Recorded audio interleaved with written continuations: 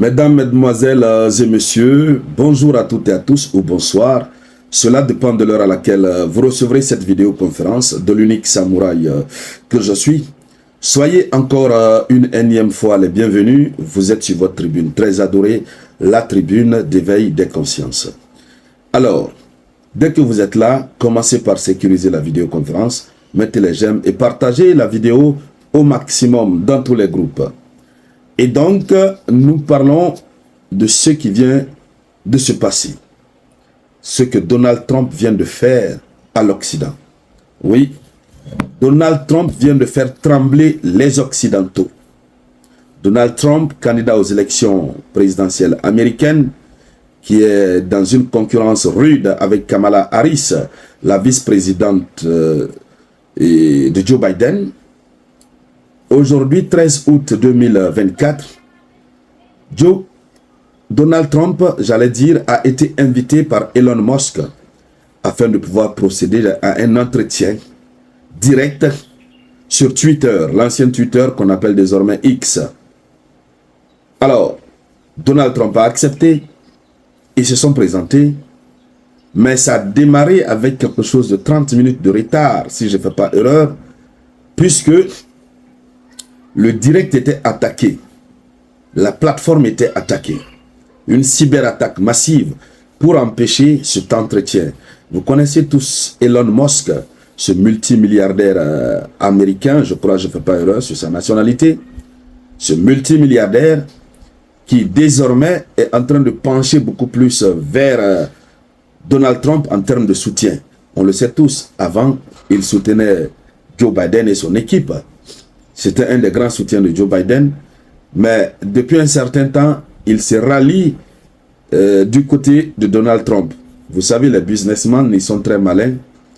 Et lorsqu'ils présagent, ils savent que vous allez remporter les élections, ils changent de camp, ils viennent vers chez vous. C'est comme ça que ça marche. Cela permet de protéger leur entreprise et de continuer à se faire de la fortune. Et donc, Elon Musk, comme je le disais, avant le démarrage même de l'entretien, il y a eu une cyberattaque. Mais rapidement, ils ont cherché à résoudre le problème. Et après la résolution du problème, Trump a commencé à parler. Mais il faut encore dire qu'ils n'ont pas pu terminer puisque les cyberattaques ont repris et puis, paf, ça s'est coupé. Et donc, les points clés qu'on a pu retenir lors du petit moment de parole de Donald Trump sont ces petits mots-là qui font trembler l'Occident. On y va, on va voir élément par élément. Le premier élément d'abord, Donald Trump dit qu'il espère, Trump espère s'entendre à nouveau avec Poutine s'il remporte les élections américaines. Il dit ceci, il dit « J'espère que nous nous entendrons à nouveau avec lui ».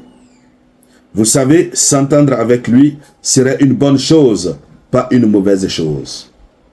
Alors, Trump l'annonce, il veut s'entendre avec Vladimir Poutine. Donc, il veut faire l'amitié avec Vladimir Poutine. On espère, on estime que ce ne serait pas juste un jeu. Mais on connaît Trump, combien de fois il est comme ça, combien de fois il est carré dans sa tête.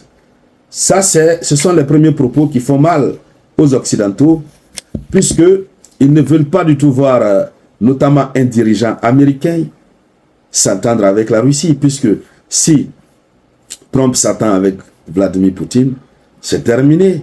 Le conflit en Ukraine va prendre fin. Les balaous qui sont en train de créer derrière les gens en Afrique, ça va prendre fin. Et c'est ce que les Occidentaux ne veulent pas.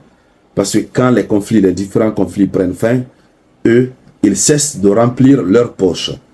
Or, Donald Trump, lui, s'en fiche pas mal. On y va, quel que soit ce qu'on peut reprocher à Donald Trump, mais il a cette petite idéologie qui fait qu'aujourd'hui, beaucoup sont en train de l'admirer, beaucoup sont en train de l'apprécier. On se demande d'ailleurs, est-ce que Donald Trump va remporter les élections? Est-ce qu'il va remporter? Puisque l'idéologie avec laquelle il est en train de venir, vous avez même déjà beaucoup d'autres occidentaux, même américains, qui n'aiment pas cette idéologie. Dire sur le sol américain que vous voulez vous entendre avec Vladimir Poutine, c'est comme si, voilà, vous étiez en train de jeter le pavé dans la mare Donc, on va voir. On va voir. En tout cas, les Américains même ont fait sortir un sondage récemment, au compte duquel sondage, ils nous font croire que Kamala Harris dévance largement Donald Trump. On va voir.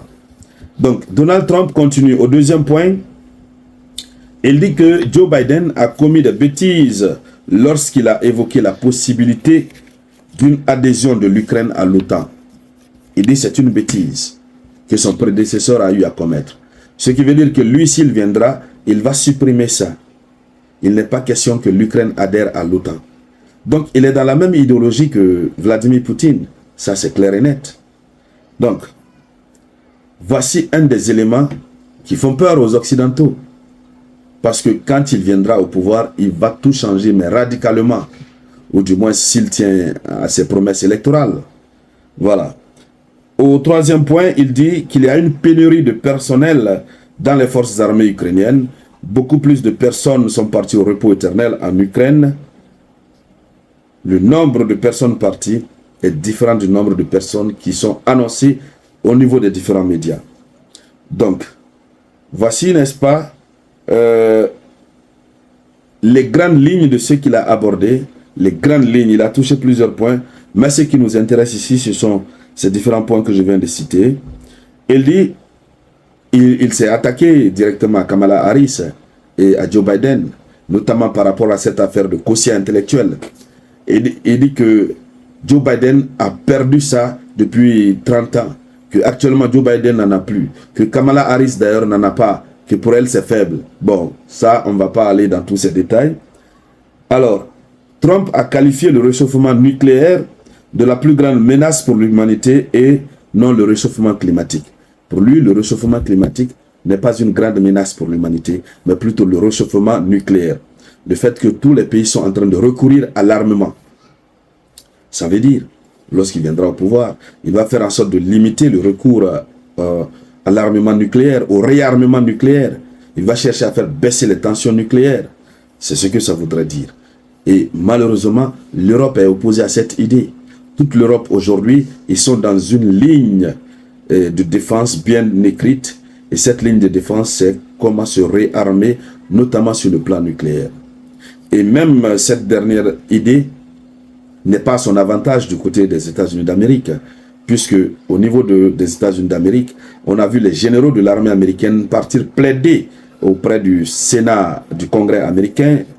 Et ils ont plaidé pour qu'on puisse leur donner plus de moyens pour réchauffer leur armement nucléaire, pour se doter de plus d'armement nucléaire que l'Amérique n'en dispose. Donc voici beaucoup de choses qui se font voir le jour au compte de cette campagne électorale du côté des États-Unis d'Amérique. Alors voici comment, à travers les premières déclarations, Joe Biden a fait trembler les Occidentaux. Et donc les Occidentaux sont dans une posture de vouloir coûte que coûte l'empêcher de briguer la magistrature suprême. À nouveau.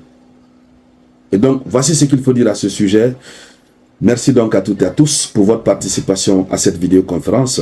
Merci de la partager au maximum.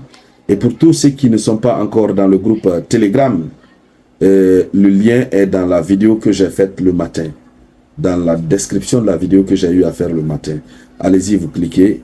Vous vous retrouverez directement dans le groupe Telegram des soldats d'éveil panafricain. Oui. Merci donc, je vous reviens tout à l'heure avec de nouvelles actualités. C'était la voix de votre unique samouraï.